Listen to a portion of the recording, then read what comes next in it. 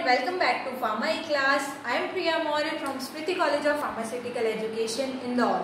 So in our previous lecture, we have discussed the general introduction about pH, buffers and isotonic solution, what they are and how will we identify the pH by different methods like colorimetric method or electrometric method. We have already discussed in our previous lecture. Apart from that, we have also discussed the various application part of the pH as well as what are the limitations of pH meter, etc. and how will we read the Sorensen's pH scale, and on the basis of colorimetric analysis, how we can identify whether the test solution is acidic in nature or basic in nature. These all we have covered in our previous lecture. So for today's lecture, we will discuss a topic that named as buffers. So buffers are the compounds or mixture of compounds that by their presence in the solution, they resist change in the pH even after the addition of small quantities of acids or alkaline substances, or we can say bases. The resistance to the change in the pH is known as the buffer action, and how much it will affect on pH, that will called as buffer capacity. So if we talk about the classification portion of the buffer, so basically buffers are classified into two categories, acidic buffers and basic buffers. So if we talk about acidic buffers, so one with the pH less than 7 in the combination of weak acid and one of its salts, often sodium salt. Basically if we talk about, take a general example of acidic buffer, that is acetate buffer, that is named as acetate buffer. So in acetate buffer we have CH3COH, that is acetic acid, in combination of CH3COONA, that is sodium acetate or sodium salt of acetic acid. So when we take both these in combination, it will produces an acidic buffer. Second one, if we talk about basic buffer, so basic buffers are the one with pH more than 7. For example, the example is NH4OH, that is ammonium hydroxide, and sodium salt of ammonium. Sodium salt of ammonia, that is NH4Na. So NH4OH and NH4Na, or we can say we can also take sodium salt, or we can take NH4OCl we can also take, or we can take NH4Cl. So when we take in combination of these two, whether it is NH4OH with NH4ONA or NH4OH with NH4Cl, both this basically prepare the basic buffer. After that, this is about the classification of the buffer, whether it is acidic buffer or basic buffer. The next, move to the application part of the buffer. So basically buffers are generally employed for many purposes. For example, maintenance of pH in the body, biochemical assay. We also use the buffers in the pharmaceutical preparation, like in shampoos, in brewing industry, in textile industry and in baby lotion. So first is the maintenance of pH in the body. So body uses the buffer solution to maintain the constant pH. For example, carbonate and bicarbonate buffer in the body that maintains the pH of the body up to 7 to 7.4. So basically bicarbonate maintains the pH in our body at pH 7 to 7.4. Basically 7.4 is the pH of our blood also. So that particular bicarbonate buffer acts as a buffering agent in our body. The second one is biochemical assay. So enzyme activity, as we know that the enzyme activities basically depends on the pH. the activity may gets increases or decreases depending on the pH. So pH during the enzyme assay must be constant. So for this purpose we have to use the buffers to maintain the constant pH in the biochemical assay. Third one is, in shampoos we also use buffers. So shampoos use the citric acid and sodium citrate to maintain the slightly acidic pH, so as it to counteract basicity of the detergents which are used in the shampoo, which are alkaline in nature.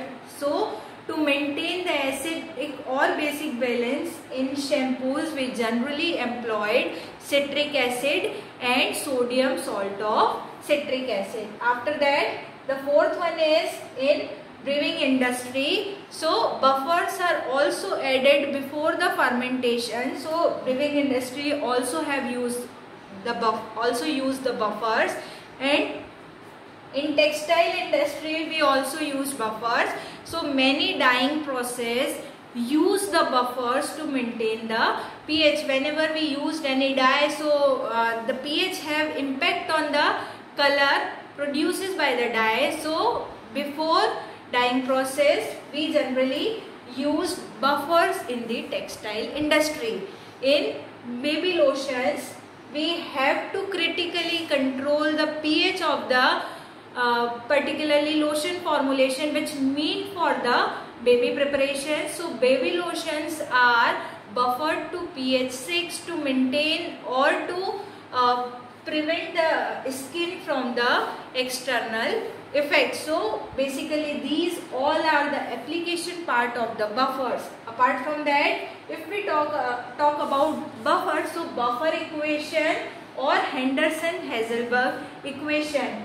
This equation referred to as Henderson-Haselbalch equation is used to calculate the pH of the equation or to find out the concentration of hydronium ion present in any test solution. Whenever we find out the pH of any test solution or hydrogen ion concentration or in any test solution, we have to follow the Henderson-Haselbalch equation. So dissociation of acid is given by this particular equation, as you can see here, HA. When it reversibly dissociates, it will produce H positive, that is hydrogen ions, along with A negative.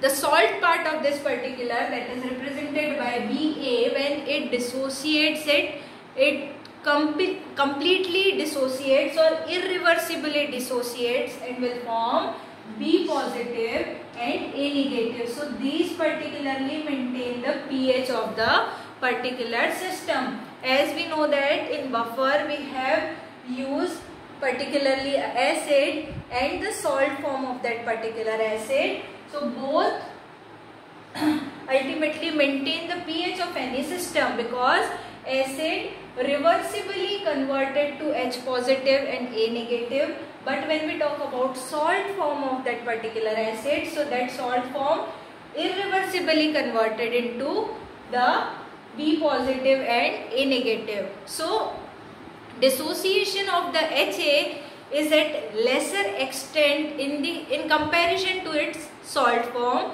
Salt completely dissociates, increasing the value of A negative using the law of mass action. When we ultimately rearrange this equation, so this will give you the Ka is equals to H positive A negative divided by HA, where K is the dissociation constant, H positive is the concentration of weak acid, A negative is the concentration of salt, and HA represent the initial concentration. Upon rearrangement of this equation, we will get H positive is equals to Ka multiplied by HA upon A negative, which shows Ka multiplied by acid upon salt. So ultimately this equation will give you H positive is equals to Ka acid upon salt. After taking the log of this particular equation, we will get an equation that is minus log of H positive is equals to minus log Ka minus log of acid upon salt. So ultimately, when we talk in form of for weak acid or for weak bases, ultimately this is the final equation which will converted into these two equations. The first one equation is for weak acid and the second equation is for weak bases. So as you can see in the equation 1, pH is equals to pKa plus log of salt form of that particular compound divided by acid. This equation is meant for weak acids.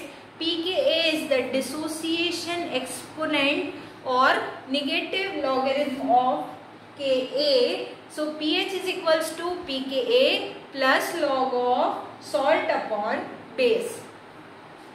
So this is about the buffer equation or Henderson-Hasselbalch equation. The buffer equation is important in the preparation of buffered pharmaceutical solution. It is satisfactorily for calculation with the pH ranges from 4 to 10. As we have already discussed, when we perform the calibration of pH meter, we have to calibrate the instrument with the help of buffer having pH of 4, and with apart from that the second pH of the buffer is 10. So we have to calibrate the instrument with the help of these two pH buffers. Thank you so much.